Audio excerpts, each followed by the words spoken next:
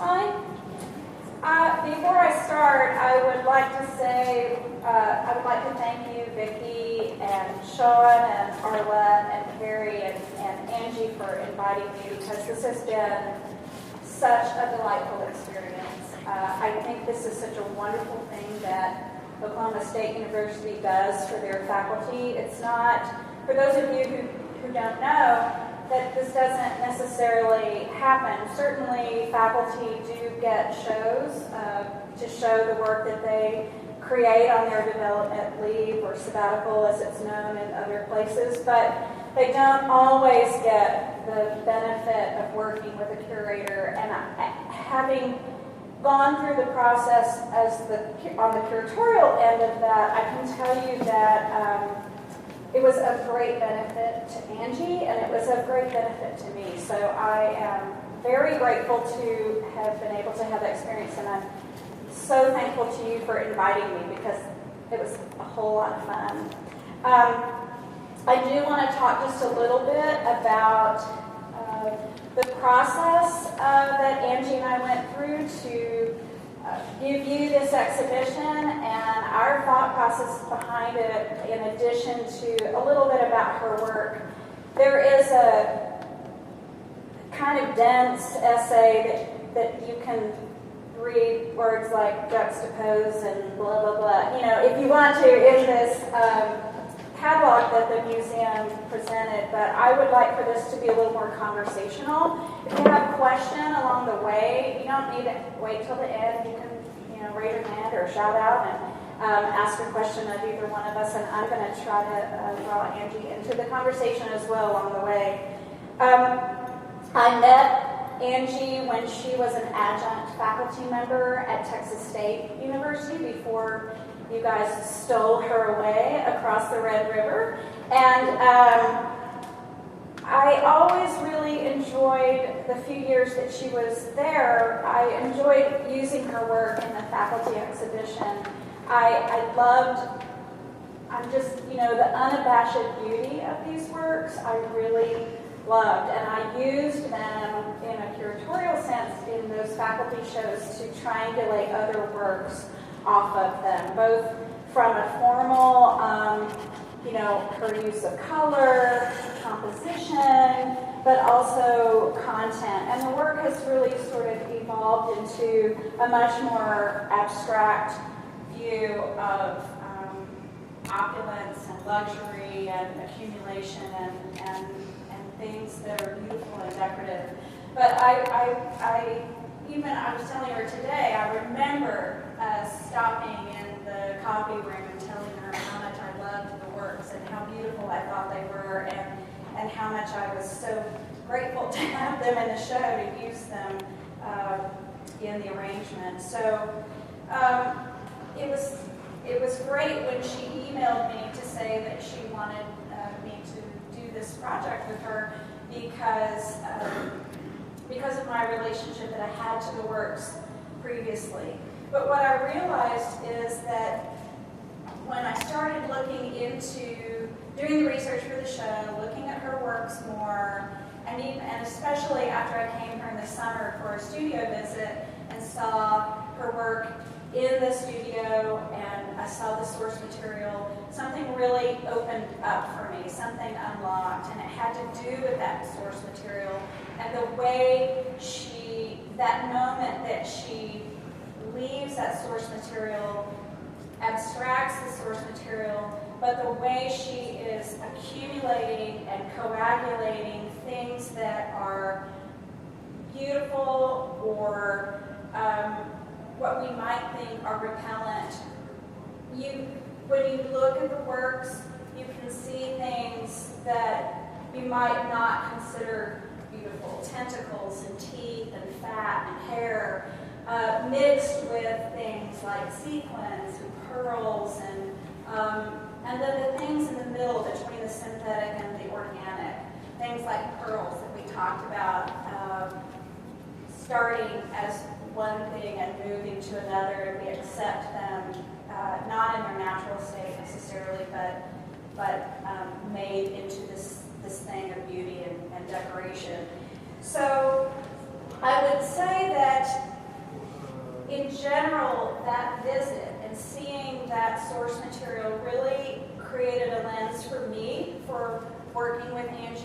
how to deal with the works in a space, because my own movement from seeing the work to looking at the work, seeing being something that is a physiological aspect. It's something that happens when our eyes are set on something and we see it. But looking is the sort of intentional, cognitive aspect. It's an action, the looking. And so I wanted the gallery to be a place where you would actively look at the works, that you would be drawn into them, and as you move to the next one, you would come out, and you would really start to understand the gestalt of the space and the gestalt of the individual works, moving from the whole to the part, to the whole to the part, which is what has happened by the rhythm that's established in the relationships that happen between the drawings, which she considers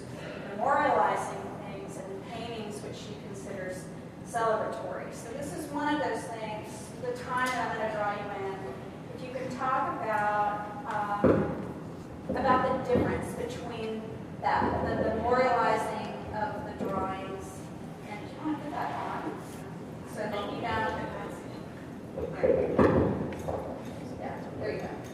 Otherwise, it sounds like a thunderstorm or the earthquake that we had. So if you want to talk a little bit about that. Sure. You guys hear me okay? Okay. Well, first I'd like to say thanks to you, Mary Michael. When you work with someone else, sometimes it's a push and pull, or sometimes there's like a kind of a head-to-head battle.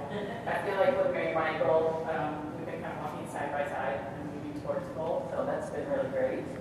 And thank you to the museum staff. You guys have been amazing. I appreciate everything. In response to your question, the paintings are all from this year. So I started working on those during my sabbatical. And there was this kind of goal for me for sort of moving back to painting. I'd been away from it for a while, producing all these drawings. So I was trying to wrap my head around how to do that. And it was really tricky for me to figure out how to translate some of the things I was talking about in drawings into paint. So my approach began to start the paintings in these sort of gray tones, like really dark, drab colors, as a way of kind of communicating formally with the drawings. And I just realized this is not fun. I have all these colors in front of me. Why am I sticking with greens and these sort of dark, drab tones? You were morally obligated to use. I was. I needed some hot pink and some green. So for me, just trying to wrap my head around like, what is the relationship between the paintings and drawings conceptually became like almost a sort of a formal observation. It was like an aha moment this year in that, looking at the drawings, things feel very arranged and sort of dense and symmetrical and centered. And then paintings feel more like environments, like there's a kind of a sway, there's sort of an openness, and you feel like you're kind of in a space. So I started to equate these with something that was more constructed by something or someone, and something that felt very solemn. So when I turned to the paintings, these don't feel like that at all. These feel sort of living, kind of celebratory, lively, like this almost like kind of aquarium space or this window into a different world. So for me, it was just this realization that I had intuitively been making this completely different approach. Yeah. Well, I think that your consideration and your intention in terms of how you're dealing with source material and what the result ends up being really taught me a lot. I mean, I learned a lot from the process, and we talked about, we certainly talked about some historical references. We talked about the grotesques of ancient Rome that were rediscovered in the 15th century, and how that is those involve a counterpoint of nature to built form and human form. We talked about an idea called uncanny valley. This is something that Angie introduced to me, where there is literally an upside down bell curve where there's a point of perception of something. You think you recognize that, but it isn't what that is, and the uncanny valley is the dip points. So referring back to the source material that she uses, those things come in and out of focus. Sometimes you can understand what they are, sometimes you can't understand what they are, and that is certainly the artist's intention. But we moved in our conversation to another concept called Umwelt or Umwelten, which specifically translated means an environment. It's a German word, but it actually means a whole lot more in the field of semiotics. And it has to do with how we all, in the same environment, we actually experience that environment differently because we, based on our own subjectivity, we see things differently, or different things come out to us differently. So in this work, for example, I mean, the reason why these are here is because as you approach the gallery, you see these as their whole, and as you walk up to them, they start to fall apart into individual pieces. And some people might notice the crystals first, and some people might notice the pearls first, and some people might notice horns or other natural materials, or they might actually access the synthetic, the references to textiles or design patterns. Everybody's going to see it a different way, and that was really sort of the intention of the gallery space itself. Seeing, I don't know if you work in Photoshop at all, but you know how you can turn off different layers. So if you would imagine this room in that way, if you could turn off everything but the painting layer, you would see how these paintings punctuate the room. But if you turn that back on and you only saw the drawings on white paper, you might see a different configuration, and then if you only looked at the drawings on the black paper, you would see a different configuration still. So the idea, that part to whole, the Umwelt, and how you perceive the individual work and how you perceive the space and how they support each other. I feel like the drawings and the paintings really inform each other, and they create a feedback loop that sort of closes in on itself a little bit. Do you have anything you want to add about that? I'm trying to figure out how to say this succinctly, but just to kind of add on to what you were saying, I came across these words just in thinking about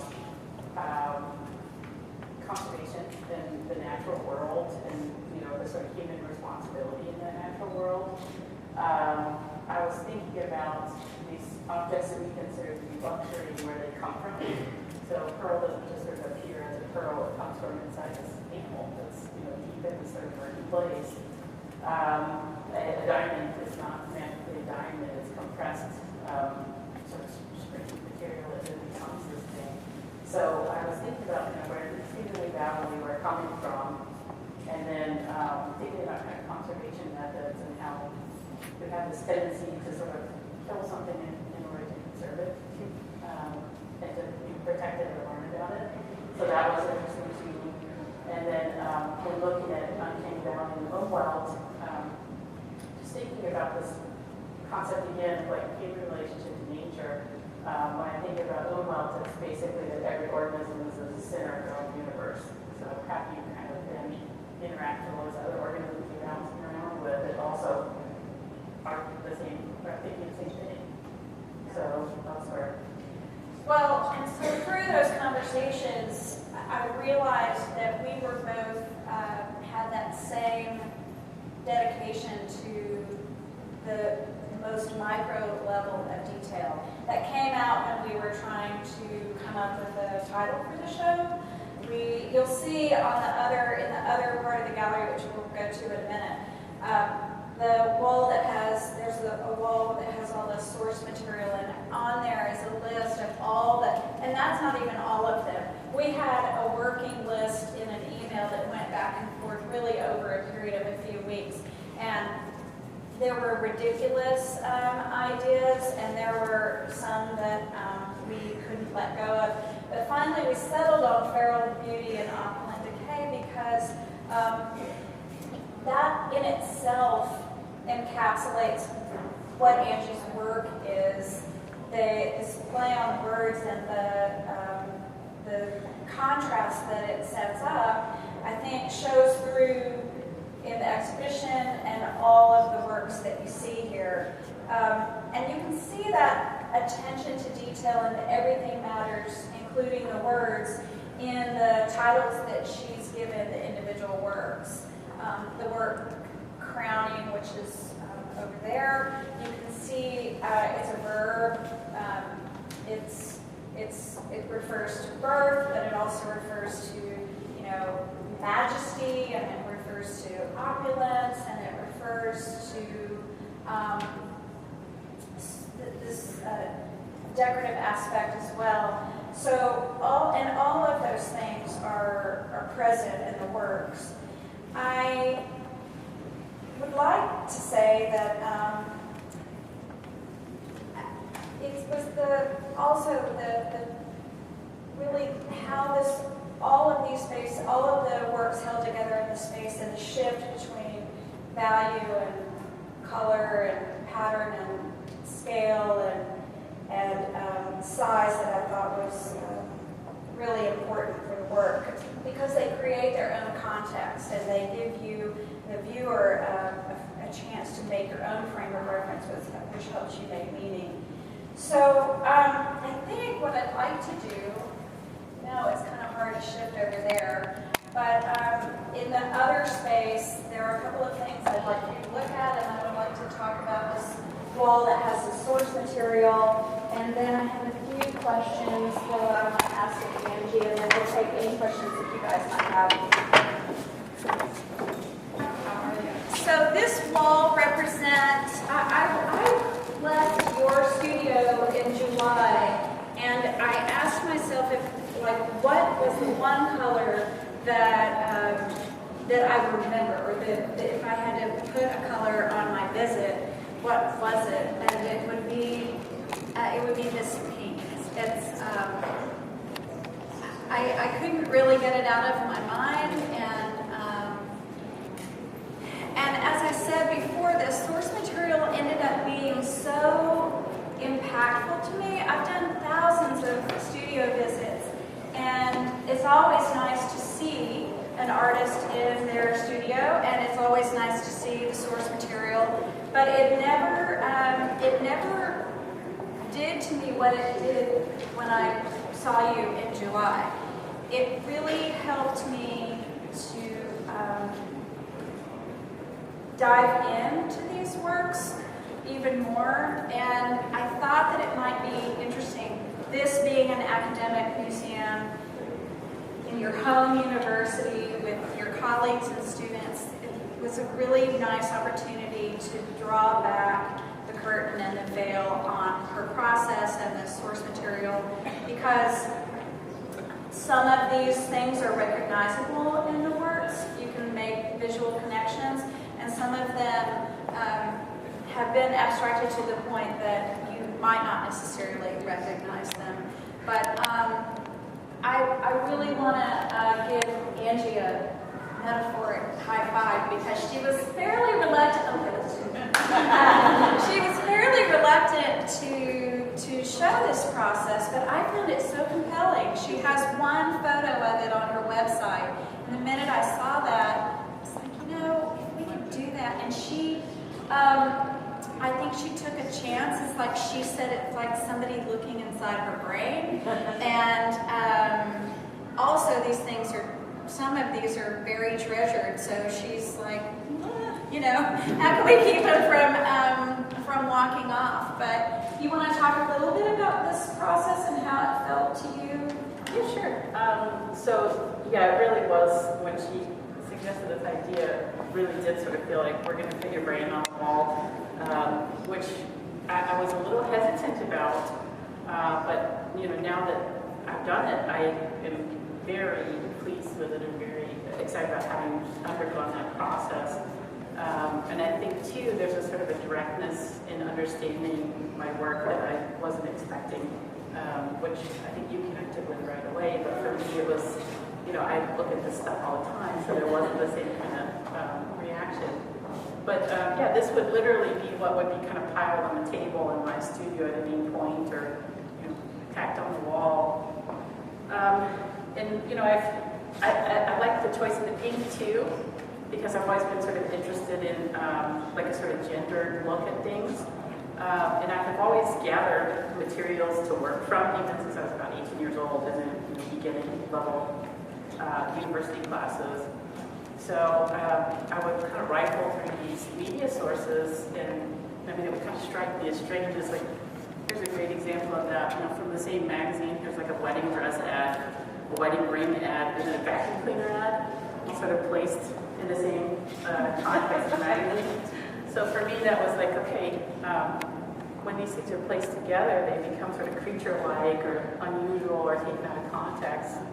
And there's something really that sort of draws me in aesthetically, even though in terms of like my life, I don't necessarily relate to that prescription for gender. So that was kind of a fun thing to play with, from the even an early point in my career of making work. So you can kind of see that here. You can kind of see too that I'll take pictures myself. I'll kind of rifle through scientific materials. Visited our zoology collection and took pictures there. I'll make sketches.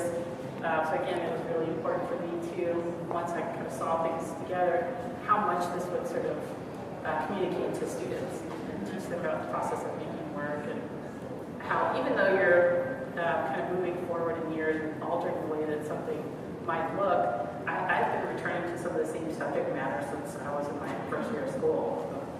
I think too, it's interesting for people who work in the visual arts, because the work that you see in the gallery is residue of the performance. We are not privy to the things that go on involved in making it. We see it, we see it in its last tenth of its iteration. So that was another reason why it was really important for me, for us to share this with you. I think too, something I've learned from doing this wall is in making the drawings and the paintings to a degree, you're kind of sort of isolated, you're focused on something that's sort of more internal. This process is very much like you and this piece that you're working on. And then when I did this, it was like, okay, this is all external. This is me kind of pushing everything I'm thinking about onto the wall so it can be understood in a more direct way. So I've actually been kind of thinking about now how to draw some of the information out of this 2D work into something that's more experiential or something that's sort of more sensory. So I'm thinking about making more installation style work, or maybe even doing the 3D stuff as a result of it, as an experiment. We'll see what happens. So I had just a couple of questions to ask Angie that we'll finish with, and then we'll take any questions that you might have. We've talked about your works being engaging and seductive, while at the same time they're repellent and abject. And I wonder if you could talk a little bit about the way that results in our alienation from nature, or your commenting on that within the works. Yeah, I think, part of what I said earlier about thinking about where materials come from, the sources of things that we consider to be luxury items, played a role in that. But also, in thinking about, these media sources, that there are these kind of guidelines for how to decorate your life, how to live in a certain way. There's this this sort of feeling that you're led to, that you're kind of carefully curating these spaces that exist within. So we decorate our spaces that sort of protect us from the natural world with things that emulate natural beauty, and they couldn't be more synthetic. So there was something really interesting to me in pairing those things, and something kind of abject as well. So there's something that kind of draws you in by the nature of just being decorative, and then once you're there, and sort of face-to-face or on a more intimate scale with the piece, that you realize there are things that kind of turn you away a bit, just because they remind you of the more unpleasant aspects of the natural world. Right. So, I guess moving, building on that, if you can, some of these things are easily recognizable in the works, and some of them are a little more ambiguous and a little more abstract. So can you talk about the role of ambiguity in these works? You know, I don't think that there's any sort of conscious strategy for making things ambiguous per se. I think that the ambiguity in my work comes from working intuitively. So taking specific information and then placing it into something that's almost sort of a sketch or like a loose understanding of an organism or an arrangement I like to create, and then just kind of running with it. Like when you start drawing or painting, sort of improvising as you work. And so the ambiguity starts happening just basically because my hand becomes part of it. So I'm translating the stuff that I see into this sort of flat space that's, becoming changed. And so I'm wondering if you're aware of that, of when you're leaving this and moving into that. It's not a conscious decision, or? I think I would tend to sort of move back and forth between the two modes. So as I'm working, I'll get going and kind of do maybe three-quarters of a drawing or like a third of a drawing, and then kind of get stuck. And then I'll return back to the source material and find just the right thing for the spot that you're kind of stuck on. So that helps me to kind of refocus the work. I don't respond well when I've planned out a piece entirely. It stops becoming engaging for me. So a lot of these pieces represent many, many versions of things. And, that painting right here is a great example. I think I've probably painted over it 50 times in the past 3 months. So yeah, for me, the ambiguity almost is basically evidence of my hand. Okay. Well, so I'm going to end my portion of this by asking you how our time together, how doing this show changed the way you thought about your work. We know a little bit from what you said. Know that you were thinking of maybe taking this and making it, like considering it in some other way, but are there any other? There's a few things that I think jumped to my mind first when thinking about that. And the first thing is I've never seen my work arranged in this way. When I have had people arrange my work in the past, they tend to group the similar things with similar things, which your tendency when you do that is to kind of cruise past it, like you sort of look at it as a whole rather than stopping with each one. Or anyway, me physically, I kind of move through it more fluidly. Whereas here, you've done this amazing job of kind of disrupting that act. You just, like when you see this group, you can't cruise through it. You have to stop because this little guy right here is kind of disrupting the flow from painting to painting. So that has really kind of inspired me to think about interrelatedness differently between works. I think too, it's really helped to have taken the sort of risk of doing this wall because it did take me from the space of like the internal to more external thinking. I think there is a directness in some of these source materials that I have kind of lost touch with that now I feel more connected to. And I made some of these collages most recently just as a way of sort of playing with how one texture might go against another. But in looking at something like this, I start questioning, why do I need to make a painting of this? It's just, it's interesting enough as it is. So I'm kind of thinking about sort of branching out and expanding. So I have to tattle on you a little bit because when we were talking about this, and I saw that you can go to her website, you can see this original image that I saw that just had maybe 4 things from a magazine taped down the wall with blue tape, and I was like, that's it. Well, we have to do that. And she was like, no. And I said, okay, I'll tell you what. Just so that you'll feel better about it, just get, because they're going to be basically about this size. Just get a piece of paper and just do some, and just get comfortable with it. So she said, okay. And then she did that, and then because she's an artist, then it became a thing, and like, no, I can't take it. And So I saw the birth of that happen right before my very eyes, but I actually agree with you. I think you could make a painting of it, but you don't have to, and it can be something all on its own. I love how you've led us into there's notes from her goals for the show, our goals for the show, our titles. So I invite you to look at this and then go back to the formal works, go back to the paintings and drawings, and look again and see the relationship between the directness of this and what she does with her hand and her eye, her mind and her heart. I'd be happy to answer any questions that any of you might have, and Angie would as well, as I speak for her. Yes? I have a question. Was it difficult to pick out what color to use for the background of that wall? And You pick the color. Me? Actually, no, not at all. I have a background in design, so I'm used to fan decks and paint chips and all that kind of thing. And it was I saw this color in my mind when I first saw these works. So when I was looking down the fan deck, it needed to be, there's three aspects of color, as I'm sure you all know, intensity, value, and the hue.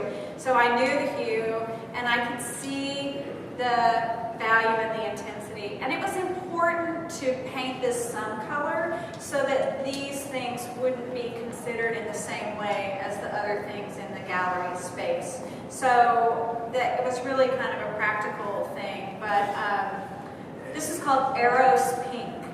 And I think even the name is so perfect for all of these works. So it was actually really funny in setting up this wall. I brought my iPad in here and I Skyped Mary Michael, and as I was kind of arranging things, I taped the iPad to a chair so it would flop over. So I would kind of work, and I think she was working on something else at the same time too, and she would look up and it would be totally different. But she would say, you're being too precious. Why don't you just put some stuff up there? Like, stop making a piece and just, put these, make things sort of. I kept having a reminder, this is not work. This is just something else. So, but, I think it's interesting to me because this vertical piece right here, I think it had 5 separate homes at one time. Everything here is very intentional because there's nothing that Angie does that isn't that way. So even the things that seem less formal are very considerate and considered. And if you shop through this, you will find evidence of it in the pieces. Like, you can literally find the craft club. Like, you can walk through the. There's no fat here. Photos. Yeah, that would be like gross. Abject, as we say. Anybody else have any comments or questions or anything? No? Well, I really thank you so much for listening to our thoughts about this. And once again, I want to thank the museum. Oh, I also want to give a special shout out to Jeff, the Curator, because he was so patient. I did this from San Antonio, and they literally held an iPad up, and we spent 4 hours making sure that the arrangement was just as it was in the layout, and he was just really super patient. So a big high five to him too. So thank you very much.